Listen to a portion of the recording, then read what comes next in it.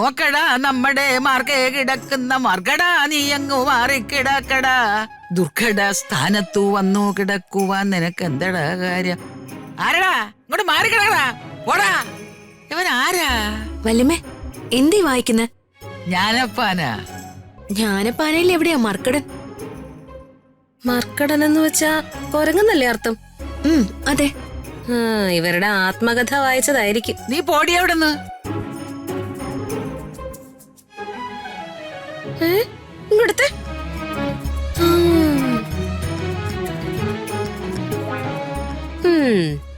ഇത് ഞാൻ പണ്ട് പഠിച്ച എന്റെ ഫിസിക്സിന്റെ ബുക്കാ, അതും ഇംഗ്ലീഷ്. അല്ല പിന്നെ ഏതായാലും സന്ധ്യക്കൊന്ന് വായിച്ചാ പോരെ.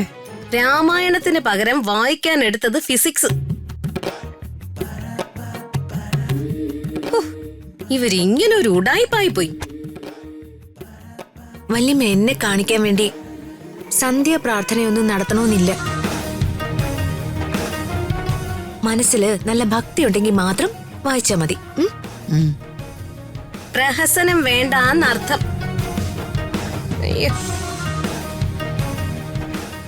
അല്ല, ഭക്തി ശിരോമണിയല്ലേ കൊച്ചമ്മണി? എവിടേക്കാ പോകാൻ പോകുന്നേ? കാശി, രാമേശ്വരം, തിരുപ്പുറം, പളനി? ഭക്തി ഇല്ലാത്തവരൊക്കെ അവിടെ പോയിട്ട് എന്താ കാര്യം? നിങ്ങളാരും പറയുന്നത് പോലെ ഒന്നും അല്ല. എന്റെ മനസ്സ് നിറയെ ഭക്തി ഇങ്ങനെ കരമനയാറ് പോലെ കളകളകളാന്നൊഴുകുക. 33 ദേവതകളും എന്നെ ഇങ്ങനെ കൈകാട്ടി മാടി മാടി വിളിക്കുക. ഭക്തവത്സലേ, കൊച്ചമ്പിണി കേറി വാ വാന്ന്. എന്നാ വേഗം ചെല്ല്, ഈ ഭൂമിയിലെ ശല്യം ഒന്ന് തീരട്ടെ.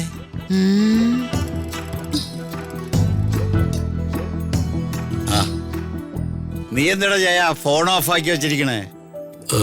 അത് മോളെ ഒരു കാര്യം പറയാനുണ്ട്.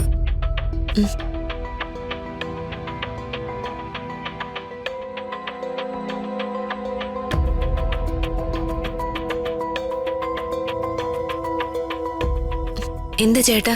മോളെ അത് ഒരു മിനിറ്റ്, ഇപ്പൊ വരാം. ചേട്ടാ, വീട്ടിൽ നിന്ന് അപ്പു വിളിക്കുന്നത്, ഞാനൊന്ന് എടുത്തോട്ടെ. ശരി മോളെ. ഹലോ, എന്താ അപ്പു?